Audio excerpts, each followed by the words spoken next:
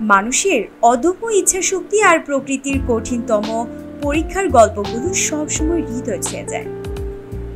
এমনই এক ইতিহাস গড়লেন ব্রিটিশ পর্বতারোহী কেন্টন কোল, যিনি 19তম বারের মতো বিশ্বের সর্বোচ্চ শৃঙ্গ মাউন্ট এভারেস্ট জয় করে নিজেই নিজের গড়া রেকর্ড ভাঙলেন।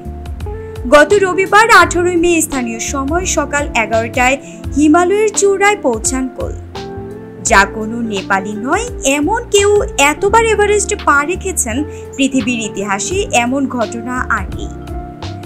2004 সালে প্রথম এভারেস্ট জয়ের পর যেন শৃঙ্গ জয়ের নেশায় কোল পর্বত বাহিত হয়েছেন 19 বার।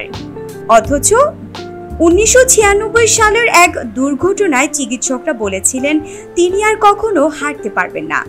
সেই সীমাবদ্ধতাকে জয় করে আজ তিনি নিজেই অনুপ্রেরণা। কোল নিজের ইনস্টাগ্রাম পোস্টে লেখেন, আমি শীর্ষে।